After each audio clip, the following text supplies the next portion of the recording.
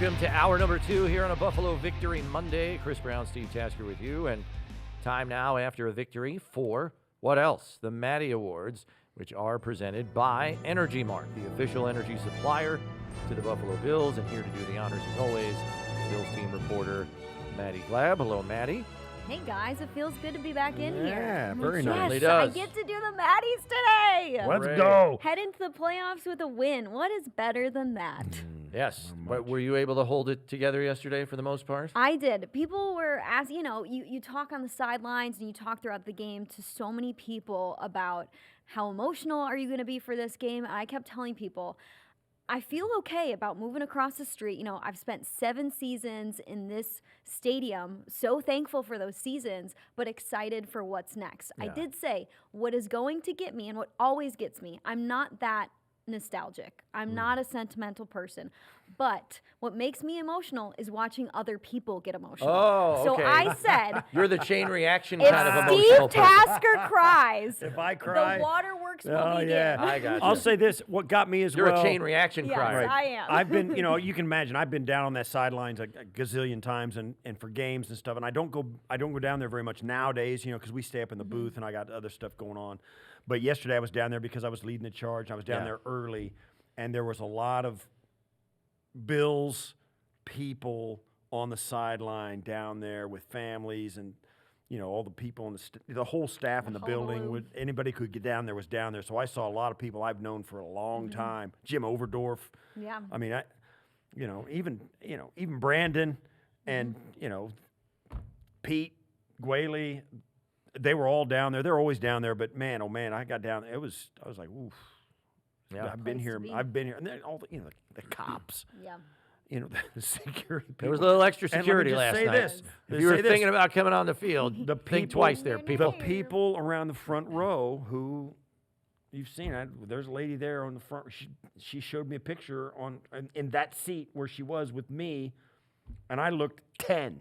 Yeah. It's how long it was. That's how long ago it was. It was so That's long funny. ago. She goes, look at this picture on my, and so yeah, that it kind of got me too. Yeah. It was the people, and you say, when other people start getting emotional, you do too, and yeah, it was quite the reunion last night, pregame before the I'm game. glad you were not in the booth for the national anthem, because if he was next to me for the national anthem, I would have had to turn the opposite direction, because that's a moment Face in away time from the where field. everybody's standing there. You're thinking about the importance of the game, the magnitude of the moment. Yeah. You So get a little reflective. Yeah, I get it. Cool with the flyover, too. That was Yeah, nice. Oh my that gosh, was that really caught me cool. off Previous guard. 2 home games, they had to scrap a flyover because of the weather. Yeah. So it was nice that the weather held off so they could fly those Chinook nice. helicopters over. But let's begin with the King Award. James Cook is your rushing title king. Finishes the regular season leading the league with 1621 rushing yards. The first Bill to do so since O.J. Simpson did it in 1976. In Cook's 4th year, he showed the NFL who he truly is. Cook has elite vision. He plays like a 230-pound running back in a 190-pound body. He has a deep knowledge of the game, can morph into a wide receiver when needed. So versatile and so hard to scheme for. He made Buffalo's offense what it was in 2025. 6th best, averaging 28 points per game. James Cook, a big reason behind that. Yep. Yeah, that was we spoke Got about it a just little enough. earlier. Yeah, he. Sweating it Yes, out. it's a good thing they put him in for 2 carries, right? It was like, ooh, it would have been really close. But I said this earlier in the show, Maddy. We were in the off season, getting into training camp, and they were signing him. Were they going to sign him to an extension? They signed him to the extension? It's like right now, it's like, whew, man, I know.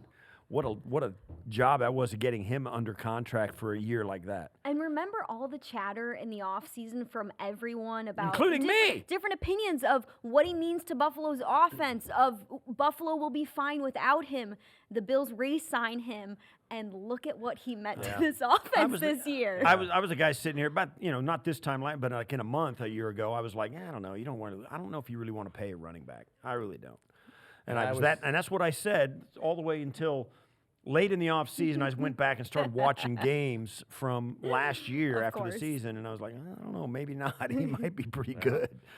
I was banging the table for a while for that to get done. Yeah, you were. He's like after Josh, he's the most dynamic athlete on the roster. So Yeah. glad that good for him that he was able to get that rushing title. And we heard Sean McDermott say after the game that they were kind of working their way through what his playing time would be. He said, initially I was thinking a quarter, and then I said, oh, that's too long. And then he said that they came to an agreement that, look, James will let you run the ball until you are 150 yards ahead of Derrick Henry. They came into the game, he was 137 yards ahead of him. So after 2 carries for 15 yards, he was 152 up. Out he came. He got the hook real fast. And he understood it. He came to the sideline, he was smiling, you know. Just enough to do it. Heck of a season. That's a great. It gives you an idea. The conversation has to be had, though, Oh, yeah. right? I mean, McDermott got to listen. All right, I'll give you 150 yards. Yeah. But I mean, that's it. I mean, and it's a sign of respect and love and admiration for James that the club feels he's so that important to what they're doing, and so it's hard to be upset if you're James, but yeah, that's great. Let's move on to the Surgeon Award. Backup quarterback Mitch Trubisky was surgical with the way that he sliced through the Jets defense last night.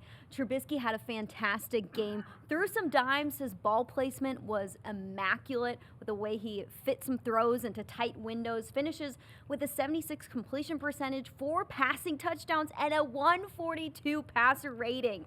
I love that he had such a great performance in the final game of the regular season.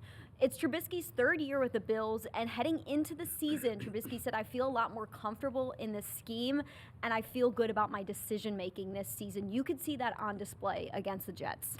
Yeah, it was a great performance by Trubisky. I said this last night on the post game with Maddy, Chris, that that it's important for these guys to play well and he looked good, but Trubisky looked like, I mean, it gave you an idea of what he could look like with a functional team around him. Yeah. Because it wasn't like, he had to ad lib and all that. Although he did once or twice.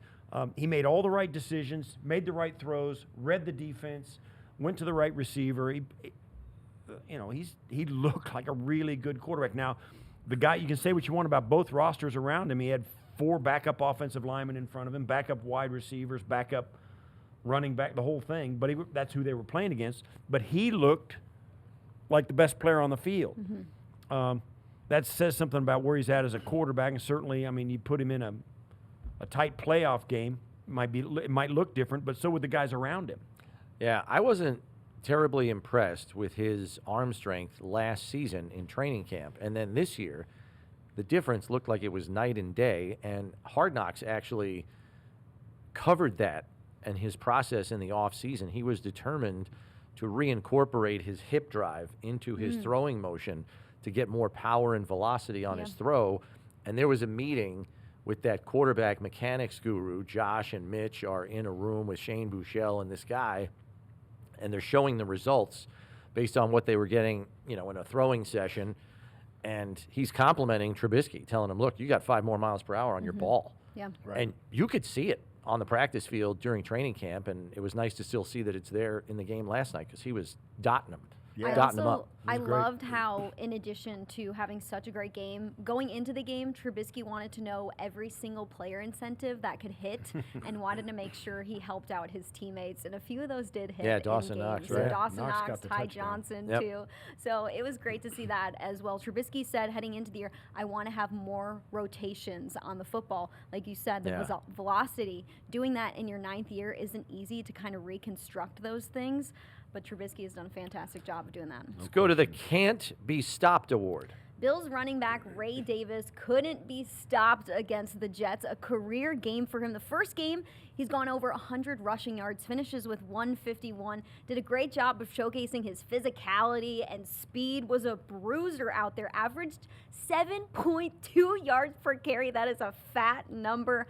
I love how he finishes the regular season off having a great game on the ground when his role all season has been kick returner. Probably not the easiest thing to do all year. When your rookie year, you have a great campaign, and James Cook is running the rock a lot in his 2nd season, so he shifts over to being a really good kick returner for Buffalo.